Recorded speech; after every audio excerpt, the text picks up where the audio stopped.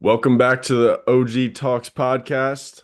Got a very special guest with me. I got my boy Potts in the studio with me. Potts, say what's up, man. Welcome in, everyone. I'm happy to be joined. I'm happy to get a match day preview. Looking forward. Well, we'll get into the conversation, but Yeah, looking forward to match yeah. day. Looking forward to a London Derby. So I'm getting into it. Always a good time, man. Always a good game. So we're just gonna get into our predictions straight away, I guess. Potts, do you have like a any lineup predictions you want to make for the game? I would say, well, if I'm being honest, yes, I do. But at the same time, it's kind of up in the air. If you're Ange, let's think we have three like center back injuries. You have two guys coming back. You have Van de Ven coming back. You have Romero coming back. Do you want to let Maresca, Chelsea know that they're training? Recent report says Romero is coming into training today, so maybe he's ready. If he's match fit tomorrow, he's going to play 90 minutes. I doubt it. But at the same time, you have Dragishin healthy, and you're going to have to force Gray to play center back. I guess he fell in versus Bournemouth. He played there during preseason. I mean, coming as a midfielder, he's played right back, he's played left back, he's played center back. He's been a utility guy, so it's not really anything you want, but it is what it is. Yeah, man. I was wondering if they were gonna send out that Romanian pock picketer to clamp up Jackson because last game Van de Ven was huge until he pulled his hamstring. I thought, it was going to be a bit of a tough game, and then he came off with that injury, and it kind of opened up a little bit. Obviously, the two red cards helped with that a little bit, but yeah, I think Van de Ven is pretty instrumental to this team and this high line.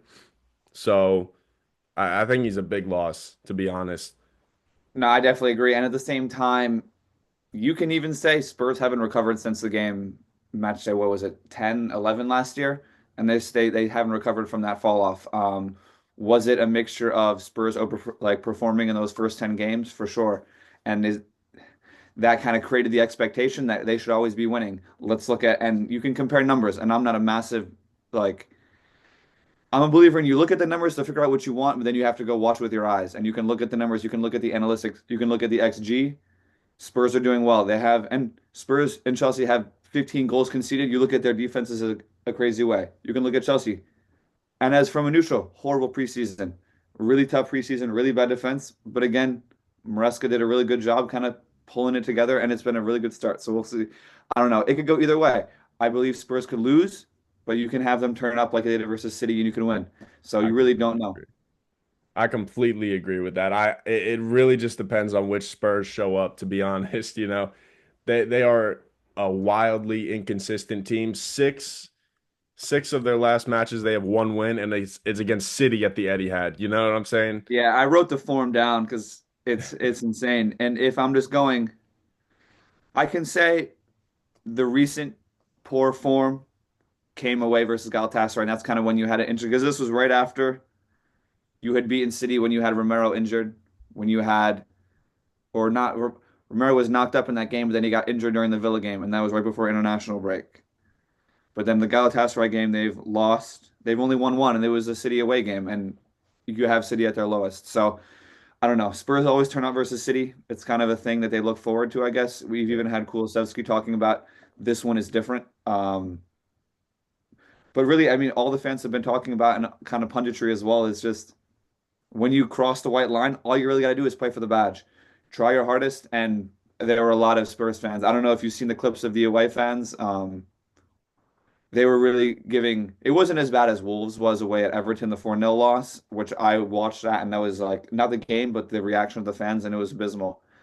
But there were fans expressing their discontent towards Ange. Me personally, I'm Ange, and you got to at least break the mold of chopping and changing a manager every 18 months. You get rid of the manager. What are you going to do? One, there's no good managers on the market, so who are you going to hire? The second thing is you're going to be in the weird growing period of trying to find the identity, create a new kind of style of play. And you've been doing that. And by the time it doesn't work, or you're not, I can say the honeymoon phase ended for Ange at the start of the season, right? So we're kind of going through these weird growing pains. You have a lack of squad. Spurs, in my opinion, had a really good transfer window. You signed a bunch of teenagers, though. You only signed one ready-made player, and it's Solanke, and you can look at his position and say he drastically improved that position. You have Richarlison, who, keep in mind, when he had to perform really well last year, when Son was at the Asian Cup, he performed brilliantly. He had probably had 8 and 9. But besides that, his Tottenham career has come, play 3 or 4 games, scoring one of them, assisting one of them, out for 2 months with an injury. So it's really he's improved that position. It's Solanke and Richarlison, and Richarlison's been hurt. So Solanke's been playing almost every minute, which is kind of not what you need, especially when you're on a Thursday, Sunday match day schedule. So Yeah, I definitely agree with that. Hefty scheduling right now, and you definitely need some depth to get through that. So, like you said, Solanke playing every game is not ideal, but it's I something mean, that really needs to be there's done. 9 players injured, and I wrote them out. Van de Ven injury, Romero injury. Well, I think he has a metatarsal injury. They just keep saying foot, but I think what had happened was the same thing that happened to Martinez last year. Had him out for like 4 months. Mm. Van de Ven hamstring, got a hamstring quality of a wet paper bag. Like it's never going to work. Richarlison, another hamstring injury. Literally assisted the goal and pulled his hamstring in the fact. You have Odegaard, hamstring injury. He had to get he had the same surgery Reece James had. Oh shit. So he's out for till the end of like February, or then he can start actually training again. Vicario, broken ankle, out for 3.5 months. Mikey Moore has unknown illness or just illness. He's been out for. Keep in mind, do you want a 17-year-old consistently playing? No, I want them to kind of introduce him like he's Foden, give him like a 5-year period into the first team. Bentancur suspension, which we can talk about the Enzo Maresca Bentancur issue like it's crazy. Over jurisdiction, we can suspend him because he was on international break, but he couldn't play for international break because he was suspended because of that big Copa issue where they had the fight in the stands. So he was suspended by Argent or by Uruguay for those 3 games. And during those 3 games is when he did the interview with Uruguayan TV, and he's changed his story 3 or 4 times. You had him say the pundit in the TV made a comment that said about Son and referred to Son as all Asian people look the same, and Bentancur tried to demean the reporter by making a joke to kind of make the reporter look bad, which then came off with language barrier and translation. Basically, Bentancur said all Asians look the same. And the main issue is that something you should be saying on live TV? Never. Is that something you say about your teammate? Never. And your club captain? Even worse. So again, a 7 game ban. I mean, like the minimum ban is 6, and they gave him a tacked on. Spurs tried to appeal because that 7th game is away at or hosting or away at Liverpool. I don't know, but regardless, it is Liverpool. But in this fixture period where you're playing 2 or 3 times a week and you're down to only 1-8 and it's Basuma, it's slim pickings on the team sheet. So it's I don't know. Works to be done in January. Maybe we'll look back on the summer window and say this is a great window. You bring in Yang Min Hyuk, top Asian player in the South Korean League. He's going to come in December, but another 18-year-old. You have Archie Gray, top player in the championship, an 18-year-old. You have Bergvall come, another top 18-year-old. You have Odegaard come. He had prem experience. We're talking a Burnley team, but at least prem experience, but he's 19. Is he a guy we're going to want week in, week out? Not really. You need like some ready-made adult, like been there before experienced players. I'm not saying go sign a Champions League winner, but sign somebody who's 25 who understands the travel, the work expectancy, like we're playing 2 times a week. I am leaving in. I am Ange in. There just needs to be some restructuring. We wouldn't be in the place we are without Enoch, without Levy. So you got to at least pay them respect. But again, now that we're there, let's at least make some progress.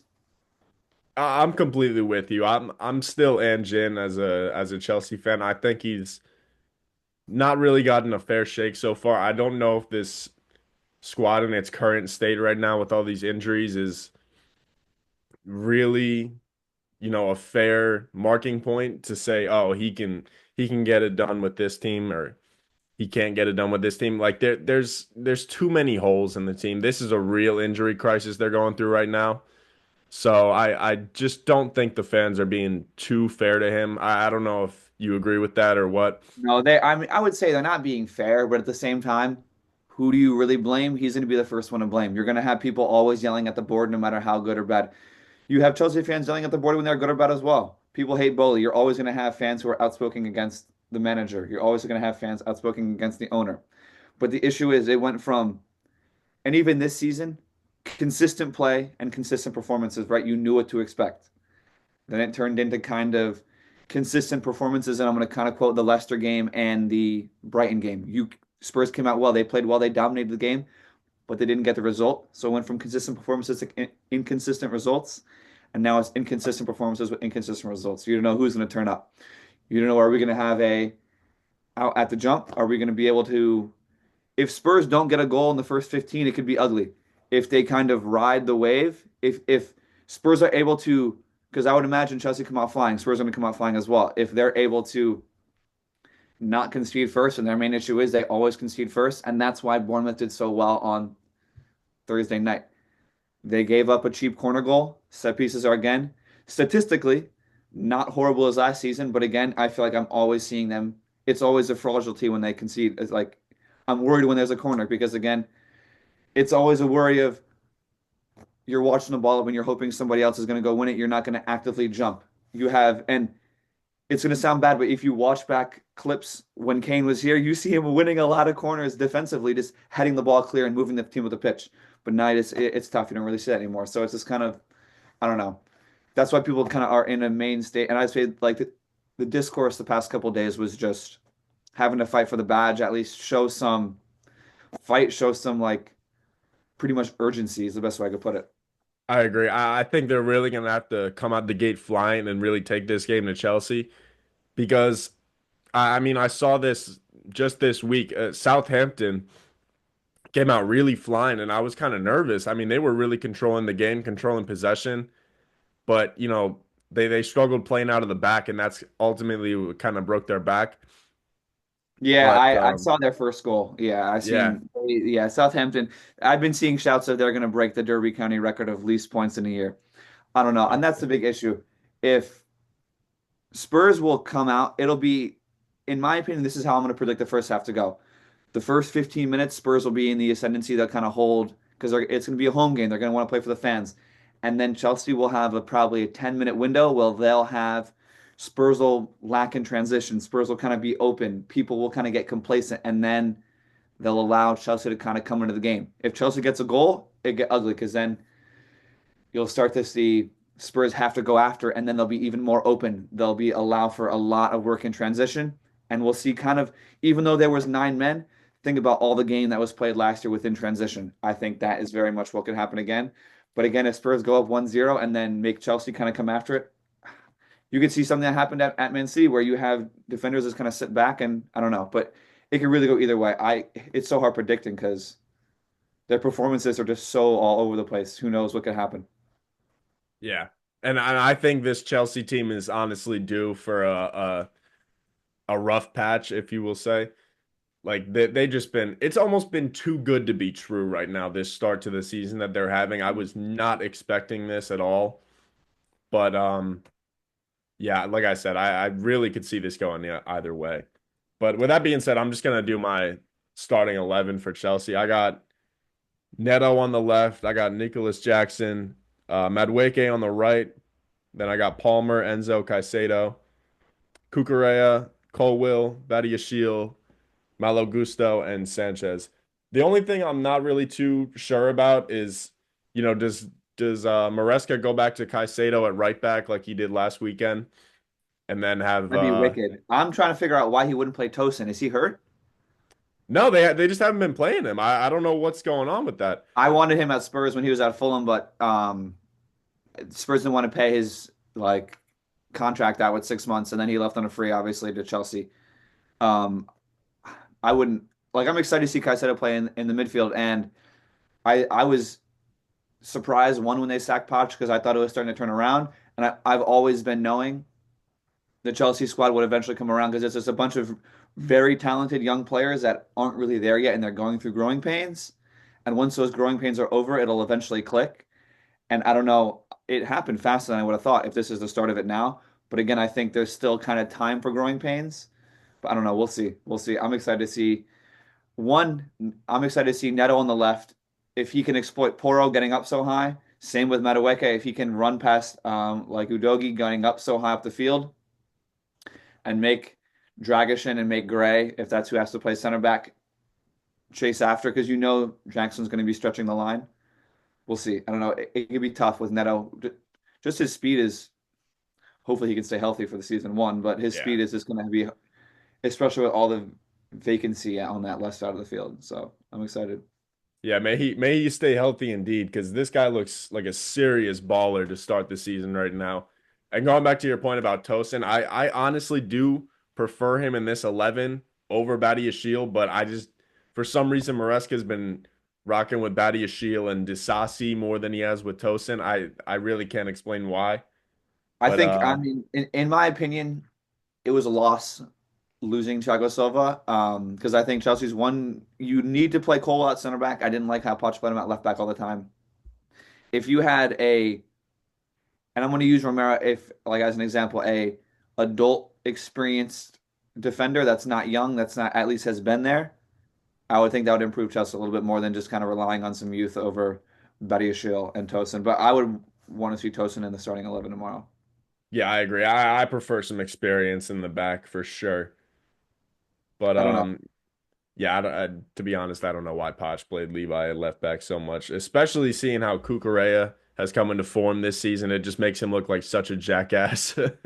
I think that like the Euros was a huge confidence boost for him. And I think I don't know. He just had a tough time. I don't want to argue price tag because that seems so simple, but I think it was just being able to just play comfortably during the Euros and just kind of bring that the lack of days off and the lack of rest. I think honestly rarely benefited Cucurella. I mean we see it with injuries and stuff, but I think that is going to help him. But I've been exciting to see him play. I'm going to see how we'll see who starts in the right wing. I can kind of get into my predicted lineup for Spurs here. Only one name on the team sheet in goal. It's going to have to be Forster.